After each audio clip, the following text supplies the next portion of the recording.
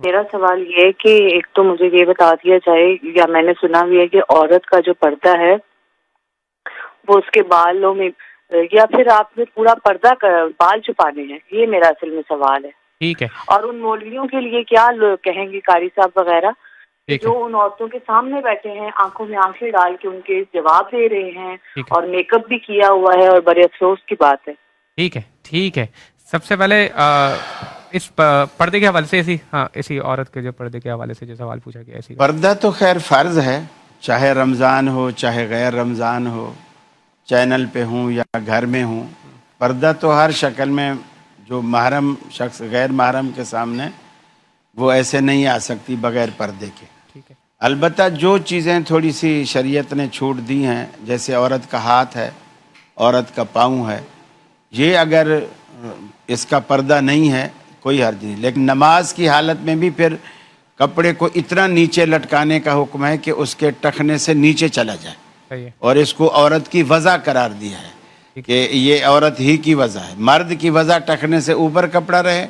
عورت کی وضع ٹخنے سے نیچے رہے۔ اور یہاں ہمارے کلچر میں یہ معاملہ بالکل الٹ ہو گیا ہے جی، کہ خواتین اب ٹخنے سے اوپر لانے لگی ہیں نصف پنڈلی تک مولویوں کی طرح، ٹھیک ہے۔ اور جو مرد ہیں وہ ٹخنے سے نیچے جا رہے ہیں۔ اب آپ سے خاص طور پہ یہ کہ جو مولانا حضرات وہاں پہ بیٹھ رہے ہوتے ہیں اس کے حوالے سے شرعی حکم کیا ہے؟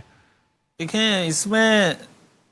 دو طرح کے پہلو ہیں۔ ایک پہلو تو یہ ہے کہ ٹی وی چینلز میں جس طرح اداکاروں کو بٹھایا جاتا ہے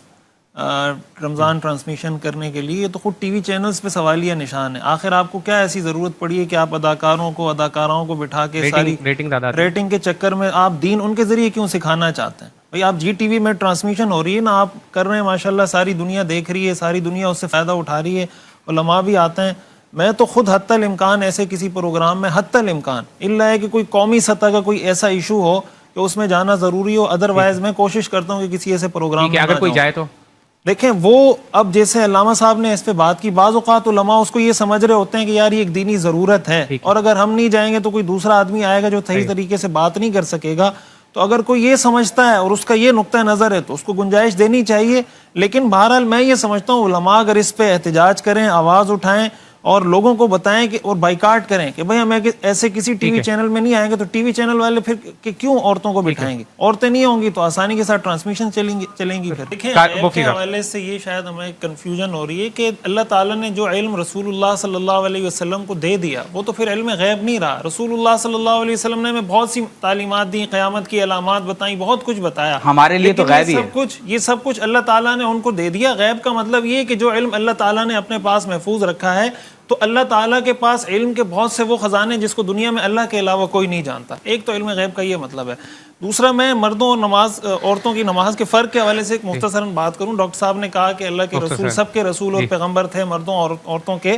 تو حضور علیہ الصلوۃ والسلام نے جیسے نماز پڑھی اس طرح نماز پڑھنی چاہیے۔ تو حضور نے جس طریقے سے طواف کیا اسی طریقے سے طواف کرنا چاہیے، جس طرح زور سے لبیک کہی عورتوں کو بھی اسی طرح زور سے لبیک کہنی چاہیے۔ صفا مروہ کے اندر میلین اخضرین کے اندر حضور علیہ الصلوۃ والسلام دوڑے تو عورتوں کو بھی اسی طرح دوڑنا چاہیے، لیکن ان حضرات کے نزدیک بھی وہ لبیک آہستہ پڑے گی، میلین اخضرین کے درمیان وہ نہیں دوڑے گی، حالانکہ کوئی صحیح حدیث اس پر موجود نہیں ہے کہ میلین اخضرین کے درمیان عورت آہستہ چلے گی، بلکہ یہ سنت عورت کی ہے، حضرت ہاجرہ کی سنت ہے جس کو ہم پورا کر رہے ہوتے ہیں، اور حضور علیہ الصلوۃ والسلام سے دوڑنا ثابت ہے، اور کسی صحیح حدیث سے یہ ثابت نہیں ہے کہ عورت اور مرد کی صحیح کے اندر فرق ہے، لیکن یہ فرق کیا جاتا ہے۔ تو بہت سی چیزیں جیسے روایات موجود ہوتی ہیں، اگرچہ وہ فی نفسی ضعیف ہوں، لیکن کوئی چیز جب اس کے ساتھ تواتر عملی شامل ہو جاتا ہے، جب ایک عملی تواتر کے ساتھ وہ چیز چلتی چلی آ رہی ہوتی ہے، تو پھر وہ خود ایک سند، ایک حیثیت حاصل کر لیتی ہے، شریعت کے اندر اس کی ایک حیثیت ہوتی ہے، یتبع غیر سبیل المؤمنین جو قرآن کریم کے اندر بتایا گیا، اس کی وجہ سے وہ خود ایک حجت کی شکل اختیار کر جاتی ہے۔